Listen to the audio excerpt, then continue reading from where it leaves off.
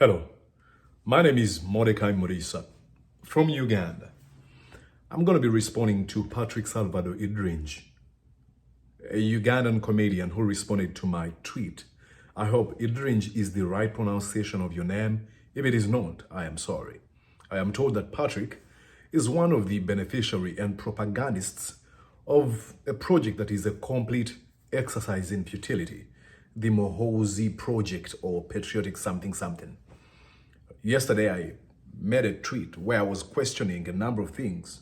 One was, how come this man that was born with a silver spoon in his mouth is not able to lead? And why are these folks ostensibly educated, well-traveled and capable folks deciding to allow the worst amongst them to lead them? And I'm like, he cannot even give a speech. He fidgets through pieces of papers.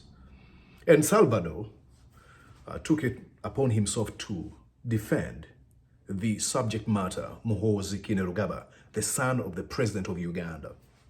He responded questioning why I was sort of raising the fact that, he was born with a silver spoon in his mouth and why he cannot give a speech. And was like, Mordecai, come on. Now, I'm going to be responding, shall we?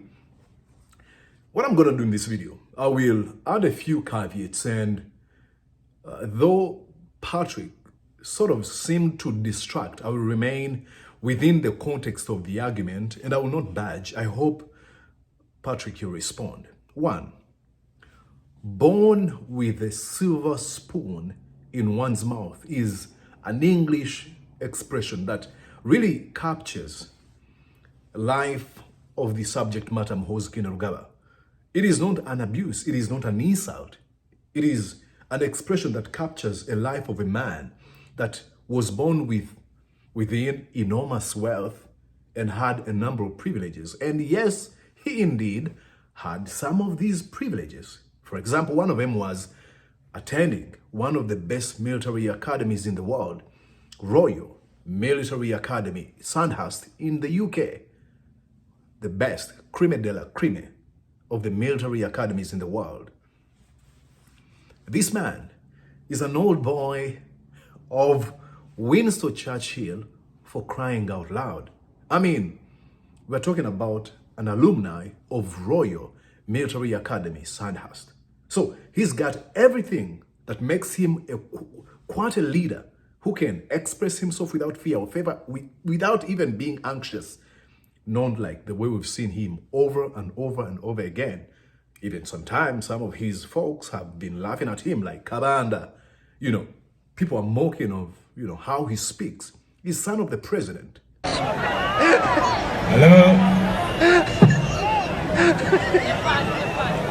Hello?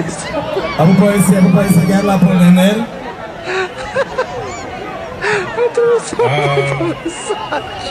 Ijasesi! Enjoy! Aya, nyamaza. Honorable ministers present, honorable members of parliament, LC5 chairpersons, all the people of Teso. I see you are very many, there are very many behind there.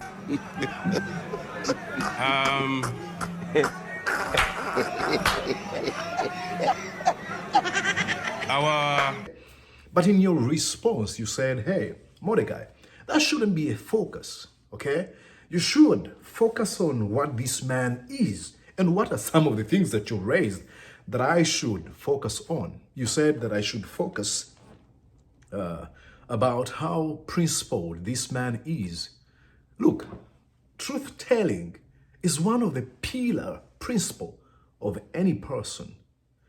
And this man looked in the camera at one time when he was questioned that, do you have plans of running for president? He said no. He actually called those allegations red herring, complete distractions. And please, do not take my word for it. Here is your guy. I don't have the ambition to be president. I'm very happy being in the military, and that's where I intend to stay for some time. There's been talk about the Mohozi project. What do you say about it?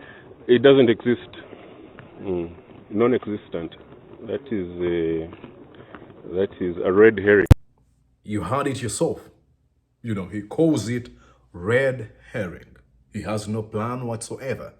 And someone might be like, hey, Mordecai, aren't we allowed to change our positions? Absolutely.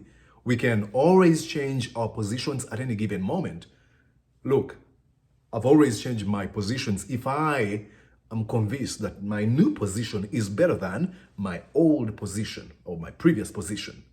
Now, if you change your position, that doesn't make you immune to questioning from people like me, especially if you are targeting a public office or already serving in one. That's what we are doing. We're not attacking him. We are asking questions. What happened? You called it a distraction. How come you're completely propagating a complete destruction and wanting it to be a manifestation of your sort of deeply held desires or ambitions? That's just a question. Okay?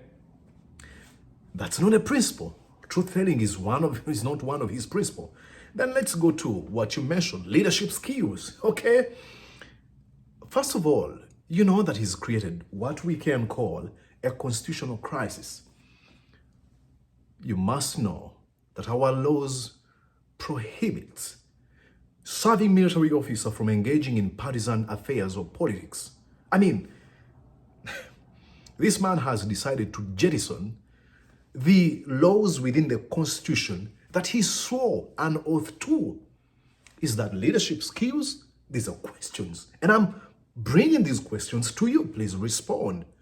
Is now being elevated by folks like you to become president while still wearing a military uniform.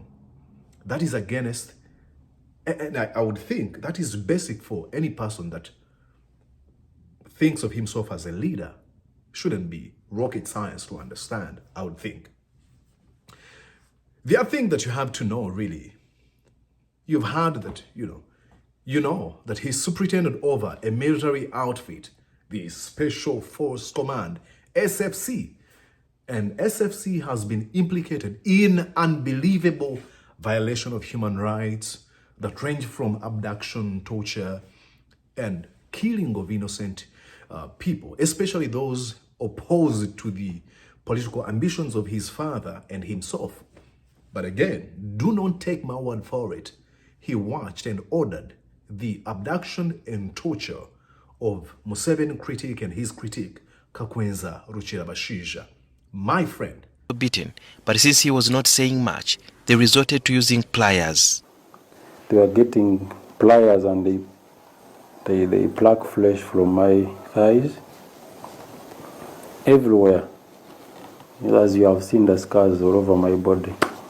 That is your principled man with leadership skills and stuff like that continues to jettison and abuse and rape the constitution of our country. But all that said, let's get back to the gist of the matter, of my conversation, of my tweet. Why educated, traveled, capable men and women are deciding to elevate the worst amongst them? Why? That's the question. The likes of Andrew Mwenda, Tumwebaze, and I mentioned the historicals. I mean, some of the folks that fought with Museveni have sons and daughters that really are wonderful when it comes to leadership. Why are they allowing this man to be their leader? That's the question I'm asking. And I want to show you my questioning, what I'm doing right now, should be the hallmark of free speech. But guess what? Imagine if I landed on Entebbe International Airport tomorrow. Will they be like, oh, he's just a kid who was just talking about voicing out his opinions, or they would do to me what they did to Kakwenza? Now, if it's not the former, but the latter, then you know what I'm talking about. Would be his men following his orders to do the worst to me. There's no doubt. Patrick, will you respond to all these, or you'll continue distracting and propagandizing a completely huge project that is an exercise in futility? I will wait for your response. Bye-bye.